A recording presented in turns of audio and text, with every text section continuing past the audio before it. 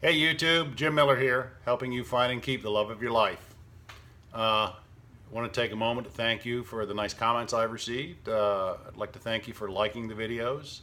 Those of you that have subscribed, I appreciate it. And I ask that if you do get value, that you go ahead and subscribe to the channel, like the videos, and click the bell icon so that you're notified whenever I upload new content. For the month of July, I should be uploading a video every day. I wanted to talk about something tonight that's kind of near and dear to my heart, and it's important, and I'll explain why it's important. I've talked before about, evaluating the relationship and, figuring out your part in the relationship. Tonight I want to talk about, uh, you know, figuring out what you bring to the table. What do you bring to the relationship table? And this is important. If you're anything like I was, when fresh in a breakup, and I felt unworthy. I felt unworthy of love. I felt like, maybe nobody could love me because, how could I, be such a bad person? And that's kind of where our mind can go. So take out a piece of paper and a pen. What I want you to do is I want you to draw a line down the middle of it and put pro on one side and con on the other. We've done this for many things in our life, I'm sure. But I want you to list the qualities that you bring to the relationship. Both the good qualities and the bad qualities. And I'll give you some examples, And by qualities, I don't mean I bring commitment and I love her and, I'm a good communicator. What I want you to do is I want you to list specific incidents, maybe, no matter how small they are, things that you've done in the relationship, things that you've done good, things that you've done bad, or not so good, I should say.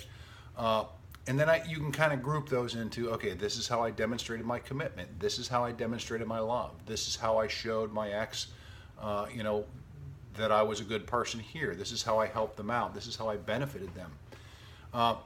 This is very important because you're feeling bad, you're feeling unlovable. You can read over this and realize, you know what? You're a pretty good deal. You're a pretty good deal and you got a lot to offer. And if your ex doesn't want it, I'm sure somebody out there does. Believe me, somebody out there will. So it's important to kind of take an inventory of where you are. And an inventory, just like in a store, in a retail store, you take inventory, and not only do you list your good products that are available for sale, but you also look at the products that have been on the shelf that maybe they aren't saleable anymore, they're no good, and things that you have to get rid of. And that's kind of the purpose of this. So take that inventory, take a look at what your good qualities are. Tell yourself, know what you bring to the relationship, but also know the not so good things that you bring to the relationship. I'll give you some examples. There was a period of time where my ex was withdrawing, my girlfriend was withdrawing a little bit, and I was requiring a lot of reassurance. Do you still love me? Am I still your number one? Am I still the best? Everything like that. And I think we've all gone through that. Kind of desperate, kind of needy. And for a small period of time, that's okay, but that can become exhausting, being with someone that you just have to reassure all the time. That can get very exhausting. So things like this, and I had to look at these qualities, the good qualities and the bad qualities. And once you've got this list, you need to go back through the list and you need to determine whether or not that meant something to your ex. And I'll give you an example here as well. My girlfriend works in retail. She's on her feet 8, 10, 12, 14 hours a day sometimes, scrambling around, managing a store. And it's busy. She can have a hard day. So sometimes I used to get off before her. I'd get off of work before her and I'd go by the grocery store. She's a single mother. She has young kids at home. So I'd grab some groceries and I'd go to the house and I'd cook dinner and I'd get the kids fed and I'd help the kids with their homework and I'd make sure she had dinner when she got home. There was something there. This meant a lot to her. I mean, I could buy her all kinds of presents, but it didn't necessarily mean anything. You got stuff around your house. I got so much stuff around this house that people buy me things. Well, it's nice. You're thoughtful and whatnot like that, but it's not really important to me. What was important to me was, what was important to her, I should say, was making her life a little bit easier. She got home from work. She didn't have to worry about cooking. She didn't have to worry about helping the kids with their homework. I'd get them to clean up their rooms and whatever else and just kind of get them motivated towards what they do. So she was able to come home and kind of relax. That meant something to her, things like that. So I could put that down my list. That's a good thing, I could also put down on my list the other side of it, was I being ornery? Was I being aggravating? Was I being sarcastic? Sarcasm is fun when you're in a good mood and whatnot like that, but sometimes sarcasm can cut pretty deep and you have to be careful. I can be kind of a sarcastic guy, so I have to be very careful. So anyway, this is important to do.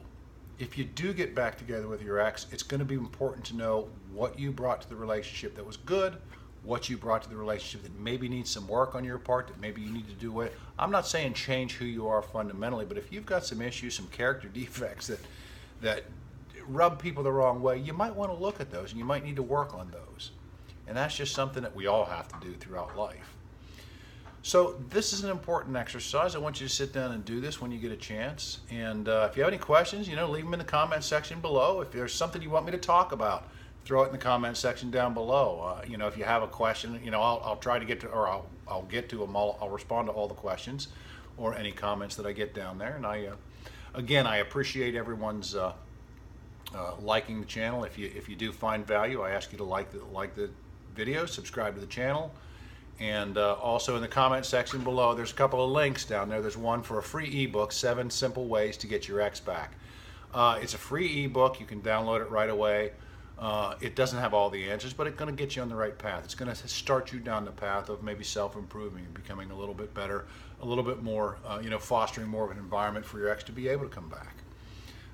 Also, there's some links down there for Brad Browning's X Factor Guide. Is a program that I used in the past. I like it. I'm going to do a review on it here before too long, but it's kind of give you a sneak peek on what he has to offer there. So you might click on those links and take care of that. Outside of that, I appreciate everyone watching. I'm Jim Miller, helping you find and keep the love of your life. Have a great day.